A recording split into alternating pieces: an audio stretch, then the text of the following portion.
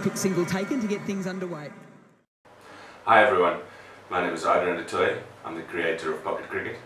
I'm coming to you from my very tiny, very air-conditioned apartment in Ho Chi Minh City, Vietnam. I'm going to tell you about Pocket Cricket's exciting IndieGoGo crowdfunding campaign. Hopefully convince you to support us by donating or by sharing this page with as many people as possible. Oh, bold, is it out? Yes. Fortunately, I won't have to go into too much detail on this topic, since the beta version of Pocket Cricket is already live and can be played at www.pocketcricket.net. However, since it's virtually impossible for me to pass up on any opportunity to talk about the game, here's an overview of the gameplay. What we attempted with Pocket Cricket was to create a game that switches focus from simply clicking a button at the right time to hit a six to a more decision-driven, simulation-style gameplay. We wanted to create a game that puts the player in scenarios similar to those faced by real batsmen. We wanted to create a game that emulates a cricket team's time in the middle as closely as possible. The way we did this was by implementing a number of innovative gameplay mechanics, most notably player form. Bowler form determines, amongst other things, how accurately your opponent bowls, with an in-form bowler less likely to err in line and length. Batsman form determines the likelihood of the selected shot being successful. Bowlers gain form by beating the batsman and taking wickets, and batsmen gain form by playing successful strokes. Oh, swung away, he's got enough of it, has he? Yes, he has. Pocket Cricket is first and foremost a batting simulator, meaning that we've attempted to recreate all the considerations that the batting team has to bear in mind when chasing down a target.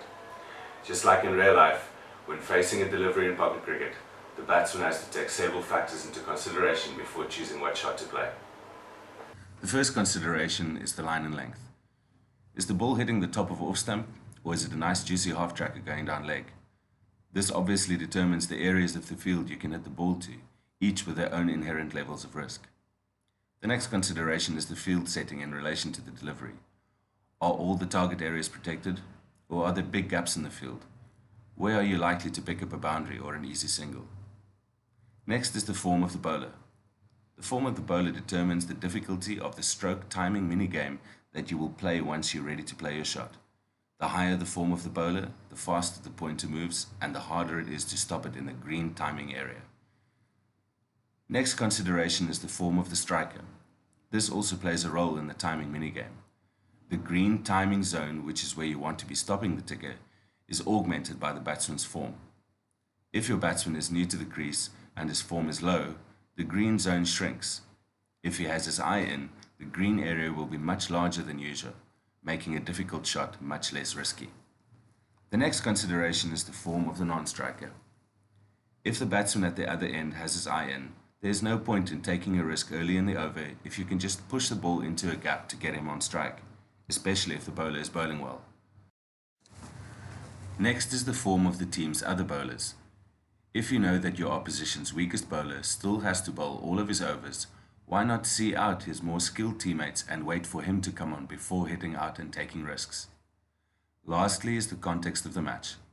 How many runs do you need from how many deliveries? Do you really need to hit a boundary now, or will a single do? This is especially crucial if you only have a few wickets left.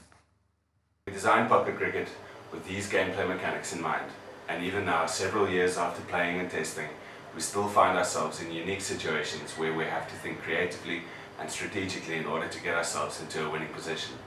And that, in our opinion, is what cricket is all about. Slower ball, punished, beautiful placement. What's next is a series of gameplay features that will make the game more fun, more accessible, more immersive, and infinitely replayable. We'll also be fixing some minor bugs and rebuilding the technical environment to make it more scalable for future enhancements. We've also listened to our current player base and will be implementing several gameplay features that were requested. See the new features section further down on our campaign page below for a full list of what we're going to be implementing, but here are the highlights. Firstly, we'll run a Steam Greenlight campaign to get the game exposed to a wider audience and so that our players don't have to play in their browsers. We'll implement 5-over matches where the focus will simply be to chase down high scores by hitting as many boundaries as possible. Batsmen will carry a percentage of their form from their previous match into the next one, meaning that as your opponents increase in difficulty, your players should hopefully increase in quality. We'll implement a mechanism that enables you to prevent run-outs, although, like in real cricket, not all run-outs will be preventable. Also, no balls and free hits will become a thing. A flexible batting order to enable you to take advantage of players with higher form in a tight spot, or to bring in an out-of-form player to give him some confidence in a match you're likely to win. We're doubling the length of the series from 30 matches to 60, although this extended feature will only be for premium members. More on this later. Extended statistics on both your team and individual players where you can brag about your records and achievements. If we reach our first stretch target, we'll implement something special. RPG mechanics that allow you to unlock skills for your batsmen as they level up in form. Skills like upgrading your player's wrists, making his shots to the leg side less risky, or upgrading his running, increasing the chances of him pinching a quick single or turning 2 runs into 3, as well as other bonuses like improving his defensive technique against in-form bowlers and dominating out-of-form opponents.